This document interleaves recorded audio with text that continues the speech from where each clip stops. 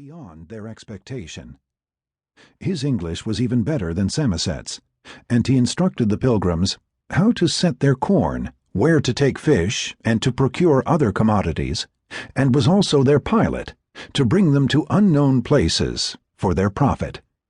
Squanto performed his first service to the colonists by arranging a treaty between them and Massasoit. In some pomp, a green carpet was laid on the ground for the comfort of the seated negotiators. The Pilgrims and Wampanoags agreed to avoid any injury to each other and to aid each other in repelling attacks by outside enemies. The treaty proved a durable document.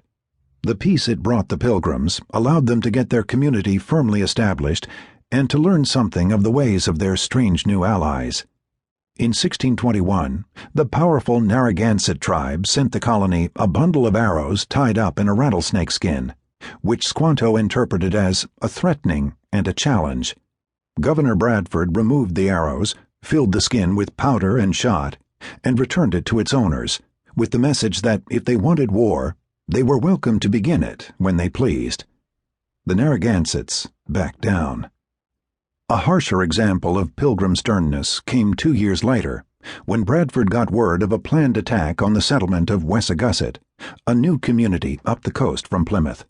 The colonists there were a seamy lot who had courted trouble by various abuses, including stealing corn from the neighboring Massachusetts Indians. Nevertheless, the people of Wessagusset were Englishmen, and their fate was linked to that of the Pilgrims, so Plymouth sent Captain Standish to the settlement. There, under the guise of conferring with Wattawamet, chief of the Massachusetts and the suspected ringleader of the rumored attack, Standish lured him and his tribesmen from the woods into the open. At a signal from Standish, the English immediately killed all the Indians, except Wattawamet's 18-year-old brother, whom they hanged a little later.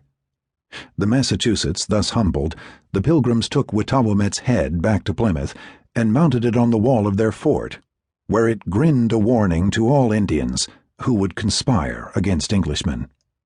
Standish's solution did not sit well with John Robinson, the spiritual mentor of the Pilgrims, who wrote from Holland, "Oh, how happy a thing had it been if you had converted some before you killed any. Besides," he noted prophetically, "where blood is once begun to be shed, it is seldom staunched of a long time after."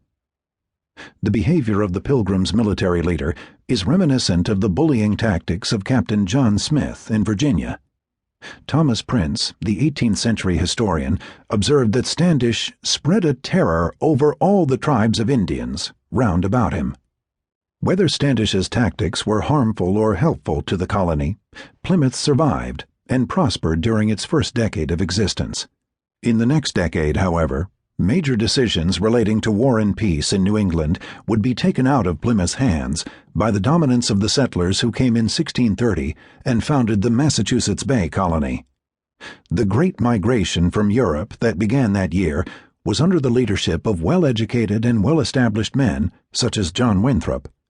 In proportion to its population, the Massachusetts Bay Colony had more university graduates than England itself.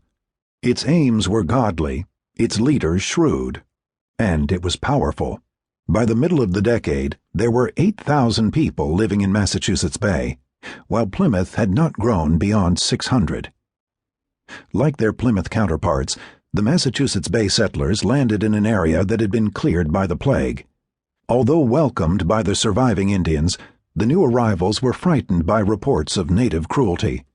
They feared men who, in their warfare, liked nothing more than to torment men in ye most bloody manner that may be, flaying some alive with ye shells of fishes, cutting off ye members and joints of others by piecemeal, and broiling on ye coals, eat ye collops of their flesh in their sight whilst they live, with other cruelties horrible to be related.